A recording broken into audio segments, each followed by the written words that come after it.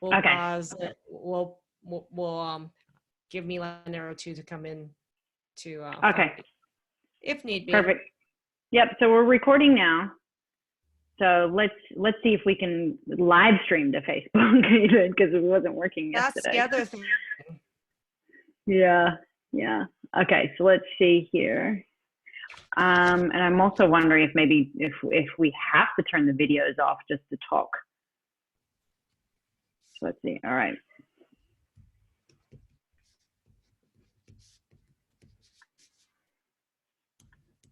Share in a group. I think I'd like to talk about when we're talking about lungs and breathing. Mm-hmm. I think it's really important to talk about. There's a lot of people with underlying chronic sinus infections, asthma, and anxiety where they frequently feel short of breath. So I'm going to talk about foods that some of the foods and practices that can help support the respiratory system. Oh, that'd be amazing. I'd love that. Because there's so many people about hydration and helping the mucus lining. Yes, let's talk about that. Would be amazing. I'm going to have to share headphones with you. I don't know how long you're going to be able to sit in on this thing, but we're going live now. Okay. How long are you going to be able to sit it? What do you mean? I don't know, because you might have to jump up there and do the other session. Yeah, plug it in.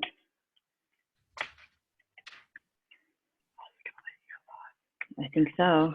What are you whispering about?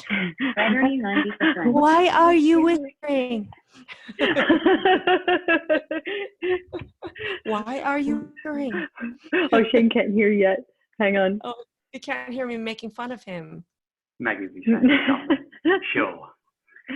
Add a title. Why are you whispering? Live. We want to hear you. She says, I want to hear you. Live with Dr. Maggie Yu. Do you want to give the link to our Facebook group? Ooh. Yes. I think we're going to be able to go live. All right, setting it up. Let's.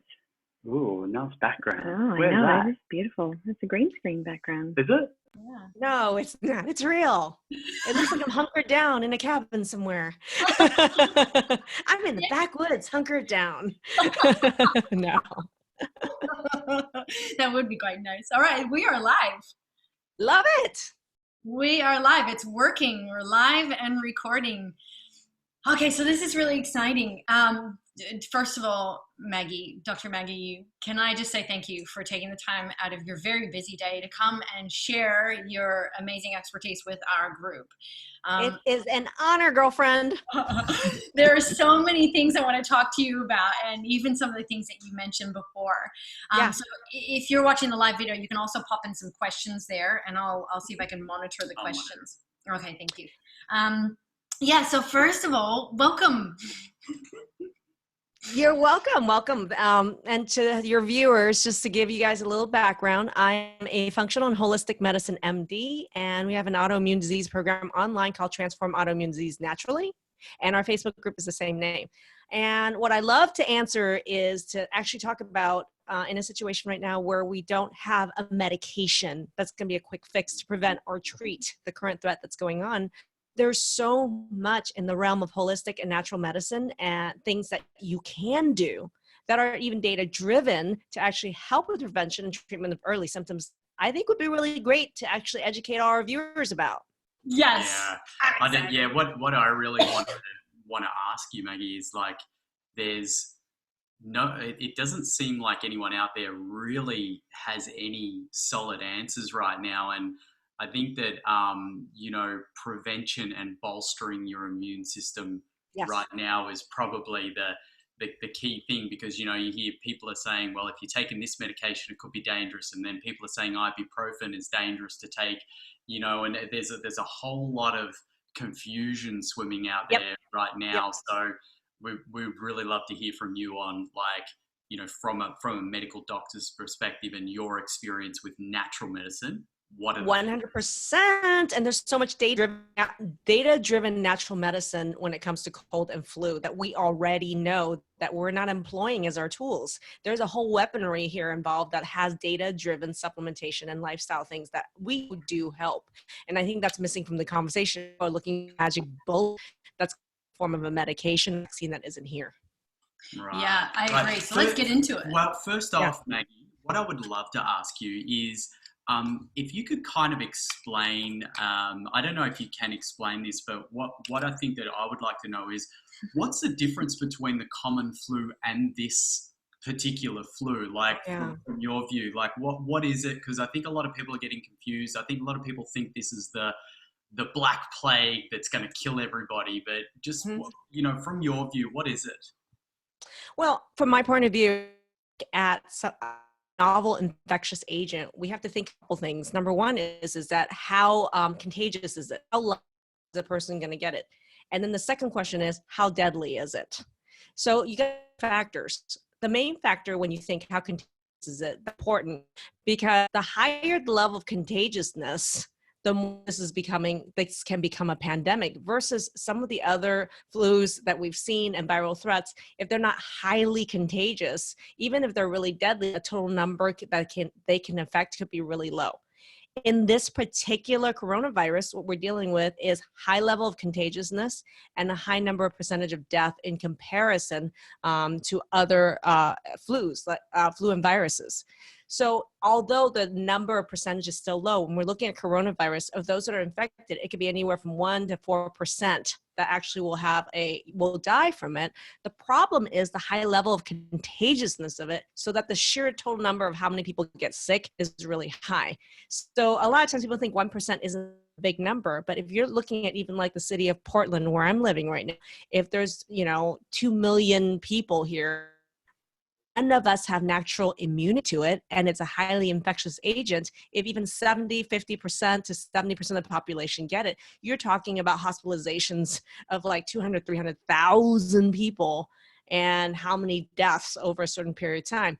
It's a sheer numbers game with the level of contagiousness, including the degree of mortality, that makes this coronavirus particularly dangerous and different. Because we're going to be overwhelmed with sheer numbers, as we've already seen in Italy, in Spain, and to some degree in China. Yeah. So what is it that we can do right now to boost our immune system? So, like, just suppose you do get it, like, what can we decrease the intensity of it in our own bodies by looking after ourselves? How can, what's the best way that we can do that? So this is I think to me, obviously the social distancing thing is actually a really big deal. And that is something that is in the realm of control. And what I'm seeing right now is many people are getting so stressed out, consuming news and media all day long. And there is a really simple thing that you can do to protect you and your family, and that's social distancing. And some of the more difficult conversations that I'm seeing are families where there are people in the family with underlying chronic disease or autoimmune disease or immunocompromised, and they have other family members who need to continue to work and be exposed. That's more the difficult conversation. I see those families having more difficult conversations of, do we need to be separated from people who need to continue to work and be exposed from people who are chronically ill or are immunocompromised. So I think they're depending on what sector of the population that you're in, but respecting social distancing and look at your own unique situation to see how it applies to you and the people you are exposed to is going to be the really important first step, which many of us are already doing, right? So that's something that is within your circle of control. So social distancing, and everybody's, I know, hearing the detail up the wazoo about this, but I think these individual conversations and situations need to be evaluated, right? Number two is going to be, what are the things that we're doing for self-care? And I can tell you right now, the biggest issue I'm seeing with Corona right now is not necessarily right now the immediate threat of people getting an infection. It is actually the amount of emotional, mental stress that people are in now. We are on the verge, if not already, in a mental health crisis for a lot of people. And this is, I see, the biggest threat to our immunity. I repeat, the mental health crisis that we are in and going into is the biggest threat to our immunity. And that's why I'm looking at you guys, and I'm looking at the mental health providers. I'm looking at people that are looking at meditation, looking at mindset coaching, all sorts of work that's really helped people prevent a mental health breakdown in themselves. I think it's really key right now.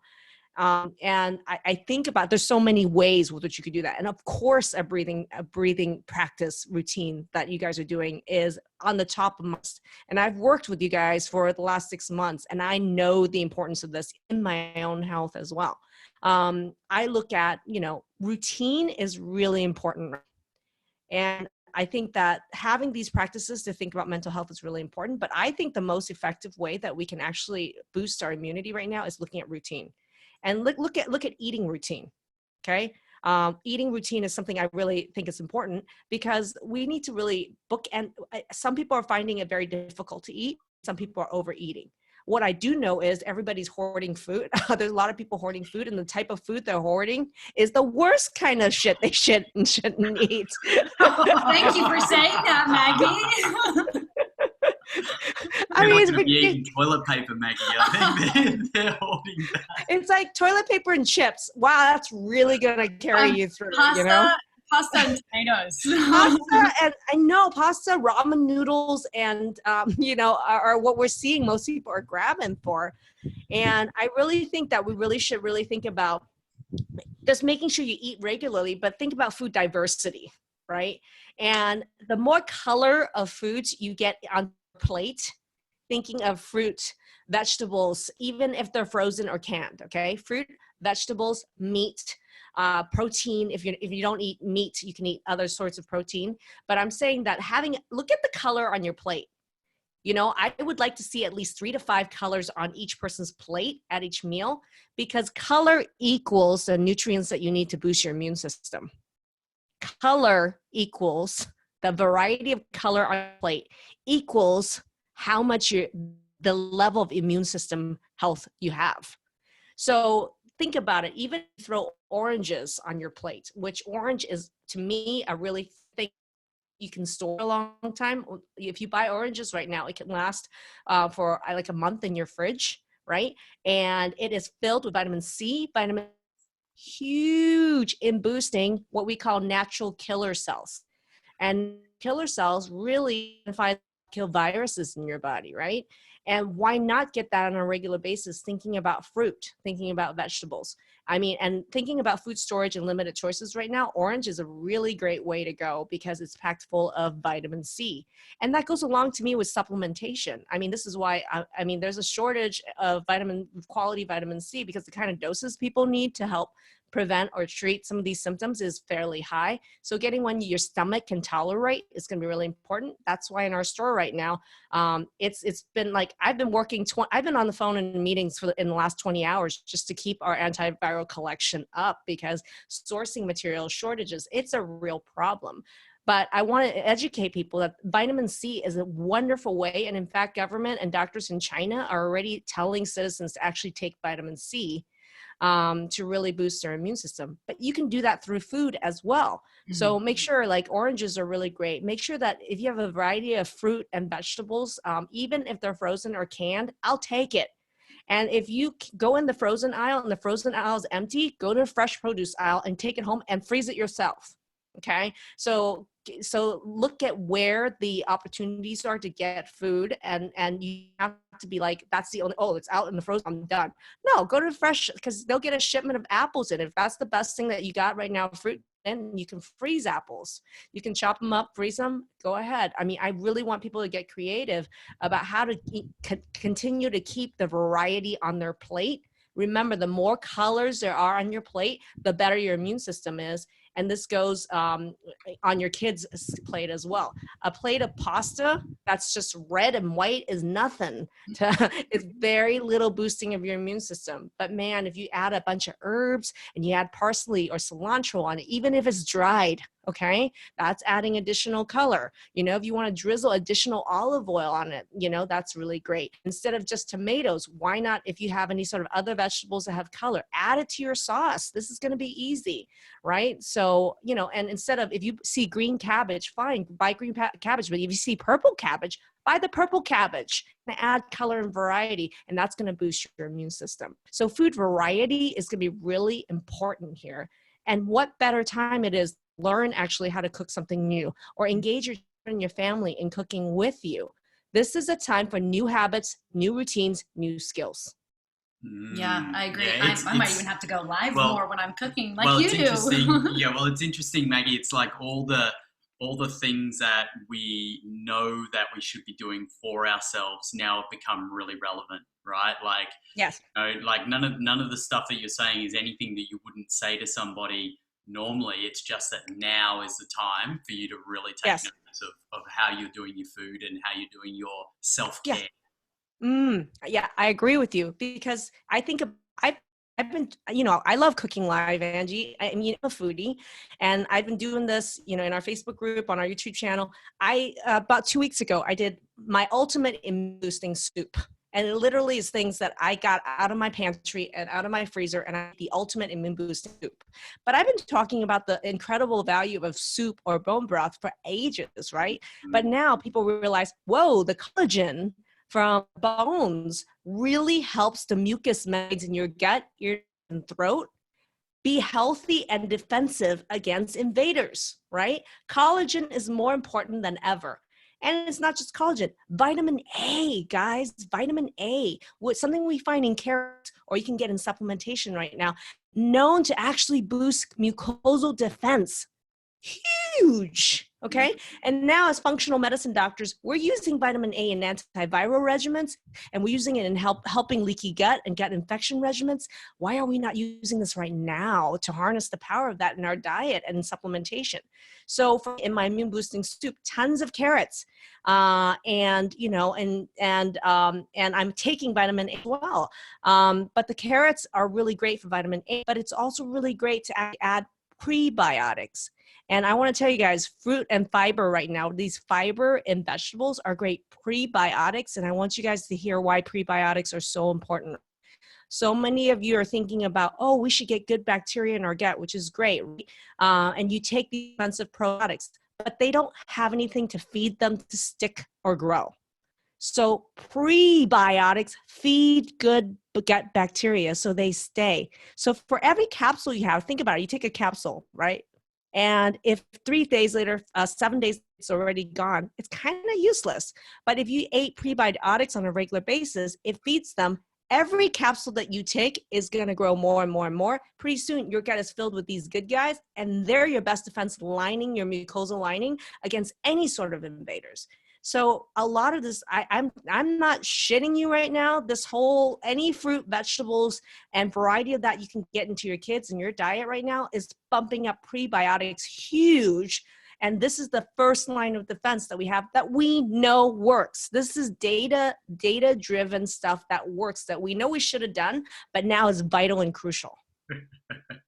Yeah, isn't that interesting? And it takes something like this to have people take action. So let me just make sure I repeat back what you were saying. So the prebiotics, the best place to get the prebiotics is through the fruit and vegetables, because it's the fiber that's in the fruit and vegetables that feed the probiotics that you take. Is that right? Yeah, absolutely right. And so more plant fiber you eat, the more prebiotics you're doing, because these bacteria, they're fermenters. They love to take the fiber and then use it to ferment and then make all the good stuff that protects you and your gut and your mucus lining. So yeah. Maggie, what about vitamin D? A lot of people talk about vitamin D. I mean, we're big advocates of sunlight, and we know that viruses don't like UV light as well. Where else can we be sort of, and is vitamin D a good thing to be bolstering right now? Vitamin D, holy hell, is to me. So I think about the holy hell must-have vitamins, the 3, and that's why it's in our antiviral pack right now. It's the D, the A, and the C. If you're looking at the Power Punch 3 antiviral, vitamin D really is. And vitamin D, I can go on forever, but I can tell you right now that I use it in my population autoimmune a lot to help boost and balance their system, and it's for not just autoimmune, immunocompromised, but everybody else as well. Vitamin D isn't even a vitamin, it's a hormone. It's a freaking hormone. And there is a vitamin D receptor on every cell of your body. I don't care if it's hormone making, your mood making cells, your blood sugar balancing cells, your mucosal cells, they have a vitamin D receptor on it. When I see people get levels of vitamin D, everything changes. And yet 99% of the population that get tested, if they're lucky for vitamin D, are deficient. And so for me right now, we already know that if you put let's say if you can't do laundry and you put your clothes out, it actually causes, it helps clear the virus from your clothes, right? So we know sunlight already, the ultraviolet light already helps, but it also, sunlight activates the vitamin D in your body to activate vitamin D and help you make more, okay? For me, the ways to boost vitamin D is just take it right now. If you can get your hands, which, we carry a 5,000, we carry a 10,000. I think right now, given the antiviral threat that we're dealing with, everybody should be at least on 5,000. I think that our adults, kids, I would say more like 2,000. And that's easy to get your hands onto. And I would do that. Get some sun, be outdoors. That social distancing doesn't mean you can't be in the sun. Go outdoors, man. Get yourself and your family out there at least 20 minutes to an hour every single day. And then number 3 is fish. Believe it or not, fatty fish contain a good level of vitamin D. This is the time to, I think, fill your freezer. The TikTok video and the Instagram video I did today was just how I used my frozen lox from, which is smoked salmon, cold smoked salmon from Costco. I have packs of it frozen in my freezer, and I eat a couple slices of that every single morning along with my breakfast. So I get like this fatty, delicious fish available to me, no matter, what the shortages are. These are storable forms of fish, which would be dry smoked salmon, cold smoked salmon, right? Frozen fish into your freezer. Canned, you can get canned sardines right now. Everybody's getting the Doritos and the chips. Nobody's getting the canned sardines. What kind? Come on. I'm going to Sardina and I'm like, hell yes, right? Booyah. Because if you could think about this, if you could get canned sardines, which are chock full of omega-3s, which is what you need to boost your immune system. That's another thing. Good fish oil. That's like, people are making a run in our store for that as well. Good fish oil is the other way to get more omegas in. Omega-3s are known to boost your immune system. But these fatty fish also have vitamin D, the omegas in it. And if you get canned ones that are packed in olive oil, guess what? Olives also have antiviral, antibacterial activity. So, whoa, literally taking my can of sardines, and you know what? If nothing else, chop it all up and throw it on your spaghetti sauce. Nobody will know the difference, man. And you just increase the immune impact of your meal about 1,000-fold by doing that. Wow, that is a great microphone drop. What about the classics? We hear about turmeric or curcumin all the time. Oh gosh, thank you. I love you. So, oh my gosh, you cannot spice your food enough right now. I'm telling you, the herbs and spices that you're going to cook with literally boost the immune boosting effect of your food. Because we've got a few people like Steve Beatty. He's put in turmeric as well, and turmeric is amazing, which is why that's the other thing is everybody's thinking just these 3 vitamins. Turmeric is really incredible, and cumin is really incredible because it is such a detoxifier. It helps your liver. It really helps your liver detoxify, take toxins out of you. It really helps boost your immune cells. It's anti-inflammatory, so it decreases inflammation. So I take you could do curry powder, you could do cumin powder. You can take, if you can get your hands on fresh turmeric, don't grate it, put it into anything. Like if you just think about pasta sauce, why the heck can't you put some cumin in there? Anything. In my immune boosting soup, I literally go like this with my giant can of cumin. It's really important. The other one is ginger, guys. You cannot do enough ginger right now. And ginger stores well. Come on, get your hands on some ginger. And if you can't get it, there are tubes of ginger. There are powder of ginger. Get some ginger, people, and throw it onto literally everything. And if you can drink it, Take the ginger and take ginger powder and throw it, lemon and ginger and Manuka honey in a tea is going to be like huge for boosting your immune system. This is shit you can do now. Yeah, well, see, what we do is we've got like a little of cold and flu soup or like tea that we make where we chop up the turmeric and the ginger and garlic and lemon and boil it up together and for like 20 minutes, and then we drink that with a little bit of Manuka honey. Is that like what you're talking about, something similar? Yeah, that is what I'm talking about. And the interesting thing is a lot of times we talking about garlic thinking that all things antibacterial is going to work for antiviral. And garlic is really great more against bacteria. But at the same time, keeping bad bacteria out is also not a bad idea anyway. So and some people don't like to drink the garlic, but again, garlic can be frozen. It is good, more better as an antibacterial, more of a detoxer. It's certainly not bad, but it's not the top of my list for antiviral. The ones that I'm listing right now are the best for antiviral. Would be more like the cumin, the ginger. The other thing, cinnamon and cayenne. Yes. Cinnamon and cayenne. Don't forget those two things because they improve circulation, okay? Think about if you circulate a lot of blood flow and fluid to your mucosal and sinuses, you bring your immune cells there. So you're actually getting a freeway for your army to go to the location that's needed by increasing and improving circulation. This is the time to improve circulation with movement, with exercise, but also with herbs and spices, man. Get your cayenne on and get your cinnamon on wherever you can. Maggie, living what the about, spice life. What's the Ryan what about Ball mushroom? What about mushrooms, Maggie? What about medicinal mushrooms? What sort of mushrooms and why mushrooms? Because we take them, and I kind of know a little bit, but can you explain a little bit more about your thoughts on turkey tail or reishi or these mushrooms that are around right now? They're really incredible. We are finding that one of the biggest stimulators of some of these immune cells, white blood cells that we're talking about, are factors that are in mushrooms. So we are finding tons of uses. The research is exploding on mushrooms, and it can be helpful for ADD and in autoimmunity. I have found that it is incredibly, for 99% of people with autoimmunity, incredibly helpful to help balance their immune system. And they're specifically, look at the reishi mushrooms. I personally have used reishi mushroom or maitake mushroom in certain protocols I have dealing with Epstein-Barr virus, dealing with chronic fatigue syndrome, and people with fibromyalgia. And so my personal experience, especially with maitake mushroom and reishi mushrooms, have been incredible in the population I'm dealing with, which is people with compromised immune systems, right? So, and you can eat mushrooms. And so if you can get your hands on fresh mushrooms, it doesn't even matter what kind of mushrooms they are. I think in my immune boosting soup and in what I made this morning, I did a video on it this morning. I chop anywhere you can chop mushrooms in there, go for it, do it.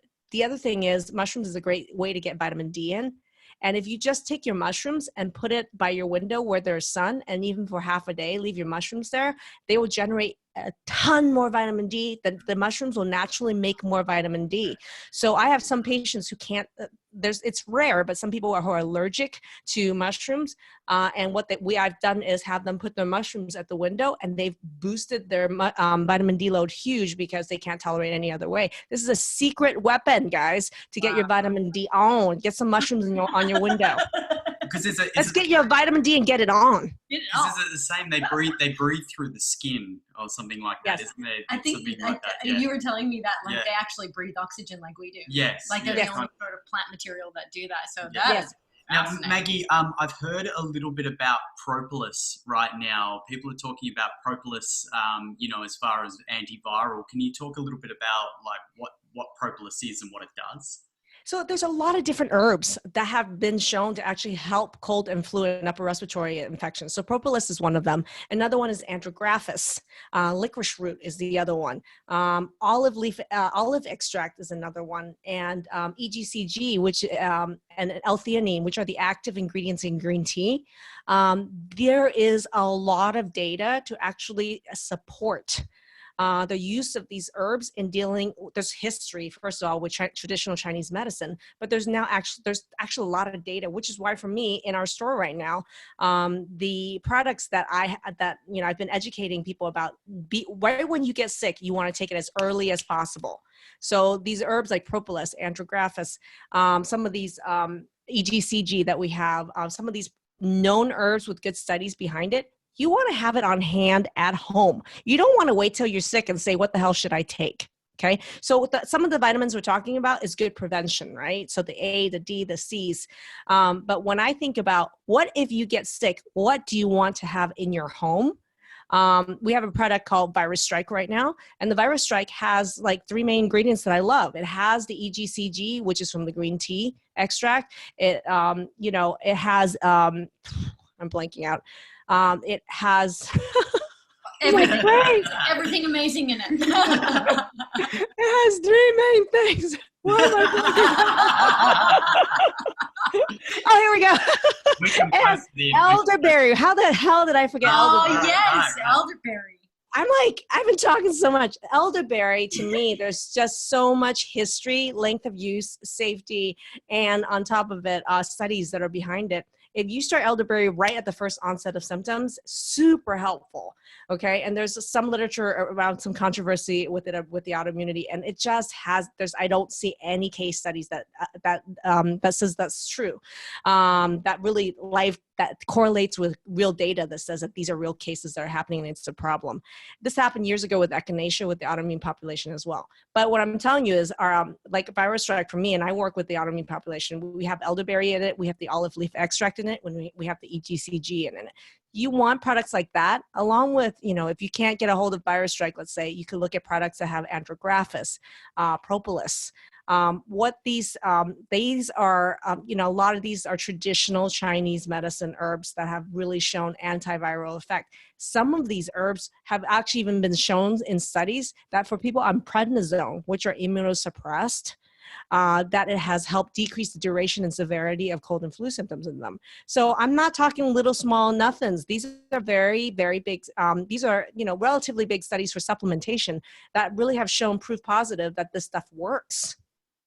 Is there anything that's contra to, like if anyone does get sick with this virus, or is there anything that right now that's contra to maybe what people think that could be dangerous for them to do if they Where do you start? Such a good question, because believe it or not, the thing that I'm finding to be more challenging is actually the medicines we have on the shelf right now. So, typically when people have a fever, we think about giving Advil or we think about giving Tylenol. And I did a whole video on YouTube. If you check out my YouTube channel on the video, because it's about NSAIDs, Tylenol, and fevers, dealing with cold and flu. And fever's there for a reason, guys. We want fever there to actually kill viruses in your body. Viruses don't like higher temperatures, and it's your natural defense. But yet we are encouraging people to take like Advil, aspirin, Motrin for this kind of stuff. And what we're finding is that there are some anecdotal reports out of other countries that this can be causing worsening of symptoms, or it may potentially not it potentially could be performing worsening of symptoms. And there aren't large double-blind studies to tell us that right now, but these are anecdotal reports. Coming as a functional medicine doctor, I can tell you right now, we already know Advil and naproxen causes stomach ulcers because it messes up the mucosal lining of your gut. So think about that. And this is a virus that invades your mucous membrane. Why do you want to mess with your mucosal membranes, right? So for me, I definitely wouldn't be if it's a fever that's not really bothering you and it's less than 103, don't even bother medicating it. Let your body kill the virus. And if you have to medicate, I definitely wouldn't do the NSAIDs, anti-inflammatories like the Advil and stuff. And then people say, well, second choice is Tylenol. Yeah, I would say second choice if you're going to go medication route would be Tylenol, but don't long-term use Tylenol either, because from a functional medicine standpoint, I know that there's so many pathways that Tylenol affects short-term and can long-term, that really affects the way your liver detoxes your body. So, it's the lesser of the two evils to me. And if you really are worried about a child with, let's say, febrile seizures, and you really want to keep it low in your child, if I always had to have a choice, I probably would do Tylenol, but personally, I wouldn't medicate a child for fever unless I have to. In my video, I actually go through all these different ways that you can lower fever without medication. That's even more effective, you know? And so check out the YouTube video that I did on fever and COVID. There's so many natural ways to actually drop fever without medication.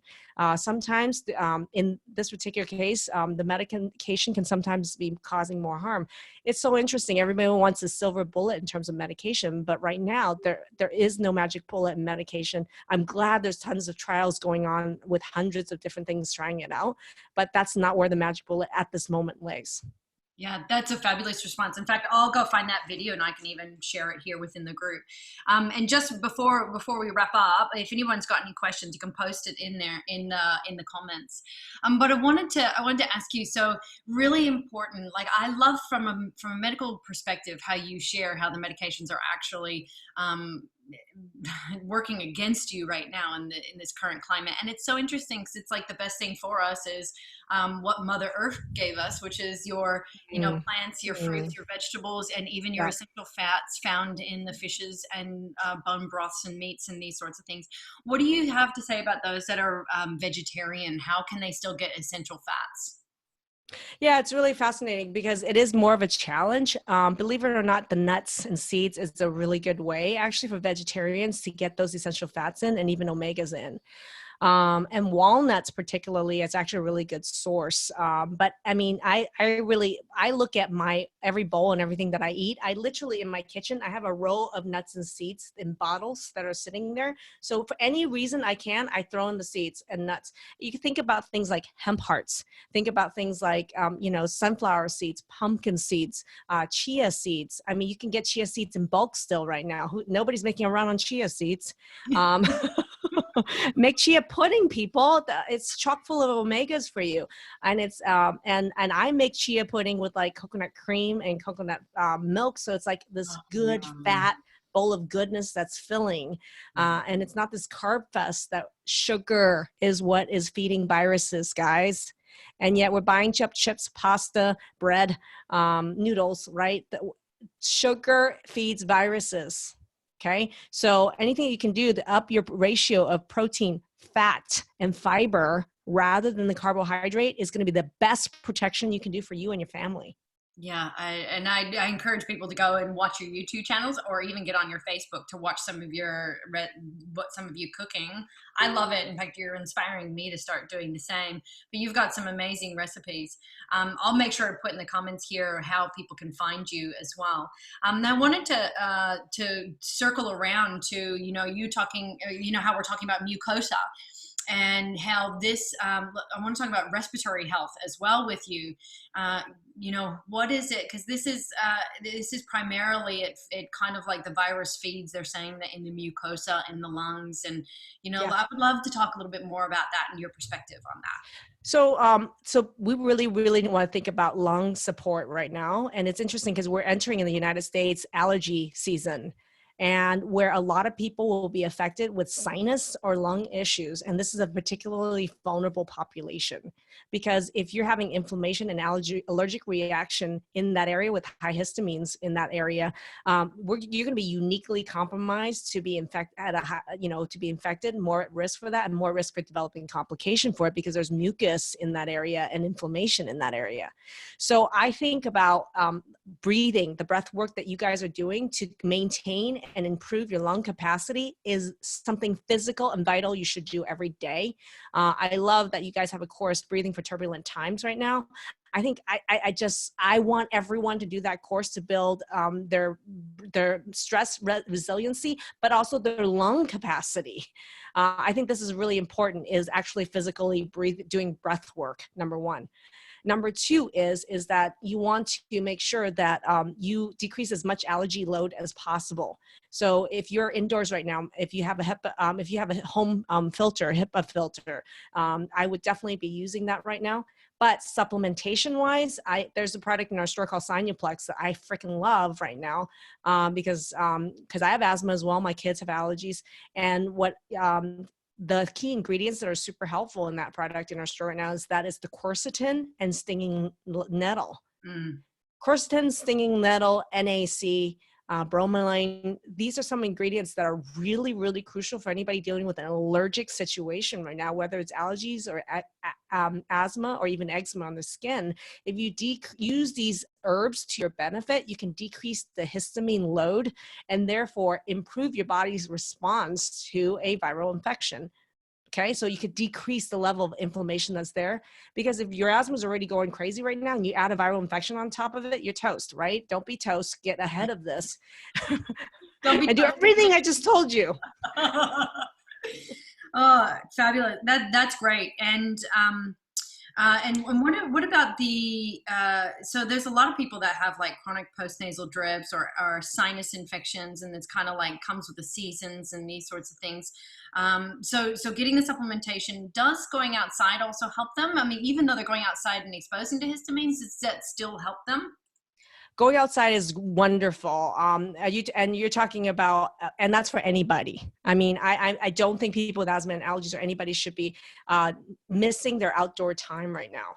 And the outdoors is so important because you already know that, I mean, just listening to the sound of the ocean, listening to the birds chirp, and movement is huge. I mean, in our program, and tonight we have an interview right now in our Facebook group and YouTube that's premiering right now, where I interview a movement specialist on MELT method and why in-home movement and outdoor movement moves your lymph channels. So lymph is your body's natural system for moving these infectious cells away from your body and out towards waste. So movement moves lymph. And if you guys missed that interview, make sure you go to my Facebook page, drmaggieyu.com, my website, drmaggieyu.com, go to my Facebook page, go to my YouTube channel right now, and see why movement is so important in boosting your immune system. And there's simple things you can do in the home, but going outdoors is free, right? Going outdoors, you get the vitamin D in, you get the fresh air in, you get the sound in, you get movement in. There is nothing wrong with us. And right now, that fresh air is also really great to, overall, it's like, we need it. I mean, and for our mental health even, right? Mm-hmm. Cooping up in the house right now is not the best idea. I would take advantage of going outside as much as you possibly can. Open into the expanse. Now, it's really great because there's a Steve Beatty in our group did also mention water. And I think you just did a water challenge recently. Oh my God, I know, how can we miss that one? Can you please share with me more about the importance of water and what, and like, especially right now, and how much people should be having? It's just ridiculous. I'm going to give you, in my group, we did a water challenge, and I wanted to give you guys, I'll give you guys a really simple formula for it. Take your body weight in pounds, divide it by half. Okay. That's a really simple formula. So if you're 140 pounds, it's 70 ounces. But I like to add to it that for any 30 minutes of exercise, you want to add 8 ounces. For any caffeinated beverage like coffee that you drink or alcoholic beverage, you want to add those additional ounces because it dehydrates that much from you. So that's the amount of water that you need. But more than ever, think about this. Keeping your mucosal membranes moist and clean is what prevents the infection and what deals with it. Because, I mean, look, guys, we don't have double-blinded studies on the coronavirus right now. Everything I'm telling you refers to cold and flu, what we know works. But think about this logically. If the virus has time to sit on the back of your throat or in your mouth, much more likely are you to get it?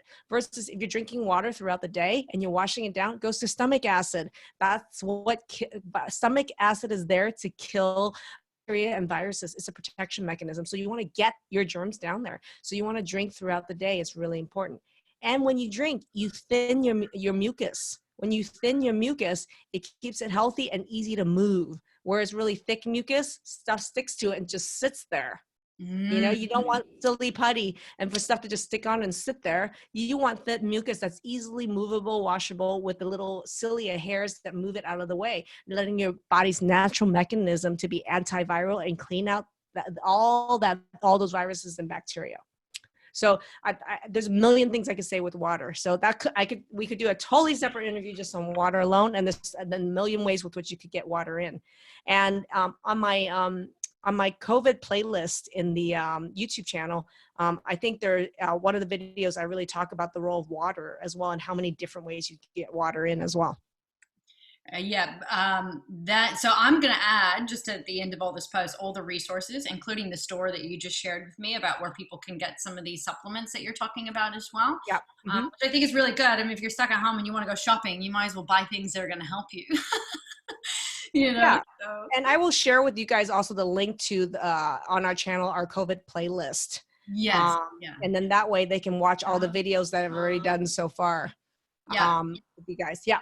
Yeah, that would be really great. That's great. So is there anything else Steve Beatty also mentioned, which we didn't even mention, is that, breathing correctly helps boost it's like a pump for the lymphatic system. So it helps to remove the waste from the cells. So that, like what you were saying about movement, breathing, water, vegetable fibers, all of these things. Is there anything else that you can think of that you think would be of use to our listeners today? Sleep. Sleep.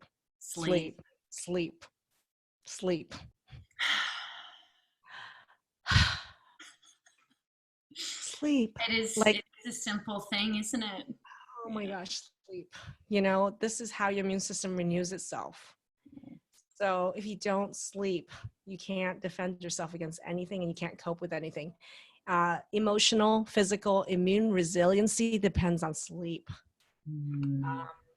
And that's, if I think that would be a great topic for another interview. Would be talking about, for me, there's some bookending routines that are, and things that you can do in the morning for a morning routine. And then there's bookending at the end of the day for sleep. That's going to be crucial as well. And so those are some other videos, great ideas I'm going to be adding to the COVID playlist on my YouTube channel. Good. Well, thank you for mentioning that. And I think if anybody needs to reach out and needs some help with sleep, I know you've got a lot of movement stuff. I love your bookend stuff because I know you talk about food for sleep as well, like food that helps you sleep. And I got inspired by the bookend strategy that you were talking about. And that's where we created that in the Breathe Through Turbulent Times, that bookend, like morning and evening. But I like how you talk about different routines. There's movement routines, there's eating routines, there's breathing routines, there's all these routines. So it's like self-care. If you were to distill everything into one, I know that there's food, sleep, water, self-care, there's a lot of things. Like if someone goes, oh my gosh, where do I start? What would be your number one recommendation, or where do they start first? 5 minutes of news a day. That's it. 5 minutes of what? News. Only watch the news 5 minutes a day. Yeah, so don't get caught up in more than that. The biggest crisis that's coming up is a mental health crisis. Yeah. And so for me, helping people focus on their circle of control is going to be the challenge most of us who are working in the healthcare space is going to be working with. So I really think people really should try to limit as best they can the amount of time in front of any sort of media where they're consuming news to just 5 minutes a day. And your immune system, your family, your mental health is going to thank you 1,000-fold. I agree.